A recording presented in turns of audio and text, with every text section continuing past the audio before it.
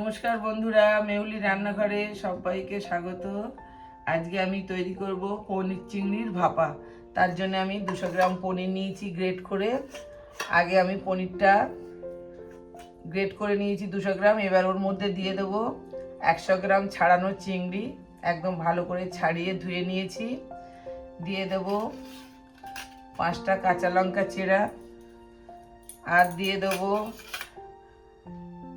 সর্ষে বাটা। সর্ষে বাটাটাকে ছেঁকে জল করে করেছি, সর্ষে গুলে জল, এই জলটাকে দিয়ে দেবো 2 থেকে 3 চামচ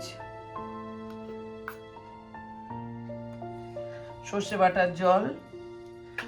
আর দেব এবারে হলুদ হাফ টিস্পুন, দেব লঙ্কার গুঁড়ো হাফ টিস্পুন, চিনি দেবো, নুন দেবো পরিমাণ মতো,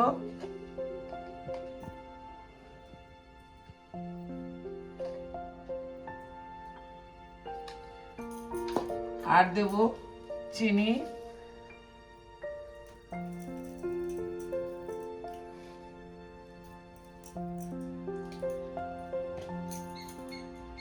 দিয়ে এটাকে ভালো করে মেখে আমি আগে টিফিন বক্সে ভরে নেব, নিয়ে তারপরে সর্ষের তেলটা দিয়ে দেব।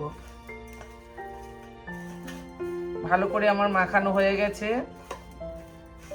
এবার আমি এটা টিফিন বক্সের মধ্যে দিয়ে, টিফিন বক্সে আগে আমি একটু তেল দিয়ে দেবো নিচে, দিয়ে এর মধ্যে পনিরটাকে দিয়ে দেবো।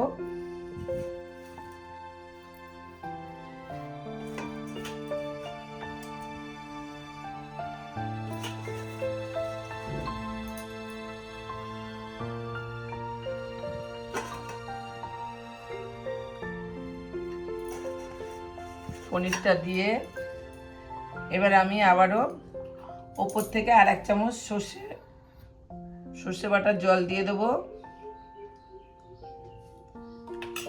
আর দিয়ে দেবো সর্ষের তেল 2 থেকে 3 চামচ, একদম উপরে দিয়ে দেবো। এটা এই ভাপাটা খুব সুন্দর খেতে লাগে, আপনারা একবার বাড়িতে করে দেখবেন, খুবই সুস্বাদু হয়। অনেক রকম ভাপা খেয়েছেন, একবার এভাবে পনির চিংড়ি ভাপা বাড়িতে তৈরি করবেন। এবার আমি এটাকে চাপা দিয়ে কড়ার মধ্যে বসিয়ে দিয়ে দেখাচ্ছি। জলটা আমি বসিয়ে দিয়েছিলাম, এবার আমি জলটা গরম হয়ে গেছে, এর মধ্যে টিফিন বক্সটা বসিয়ে দেবো, দিয়ে মিনিট 10 আমি এইভাবে চাপা দিয়ে রেখে দেবো ভাপানো হওয়ার জন্য। তারপরে আপনাদেরকে মিনিট 10 পরে খুলে আর দেখাচ্ছি। 10 মিনিট হয়ে গেছে, আমি 10 মিনিট ঢাকা দিয়ে রেখেছিলাম। এবার আমি গ্যাসটা অফ করে দেবো, দিয়ে ঠান্ডা হতে দেবো। ঠান্ডা হয়ে গেলে আপনাদেরকে আমি খুলে আর দেখাচ্ছি। ঠান্ডা হয়ে গেছে, আমি এবার এটাকে খুলে আপনাদেরকে দেখাচ্ছি।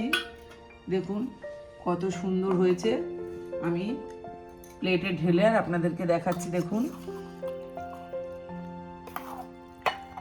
খেতে খুবই সুস্বাদু। আপনারা বাড়িতে এইভাবে একবার পনির চিংড়ি ভাপা করে খাবেন, বাচ্চা বড় সবাই খেতে পছন্দ করবে। আর যদি এই ভাপাটা আপনাদের ভালো লাগে, বেশি বেশি করে একটু লাইক কমেন্ট শেয়ার করবেন। আর আমি এবারে রান্না অনেক দিন বন্ধ করেছিলাম, আপনারা আবার আগের মতো পাশে থাকবেন আর সাবস্ক্রাইব করবেন। এইভাবে একবার হলেও আপনারা বাড়িতে করে খেয়ে দেখুন।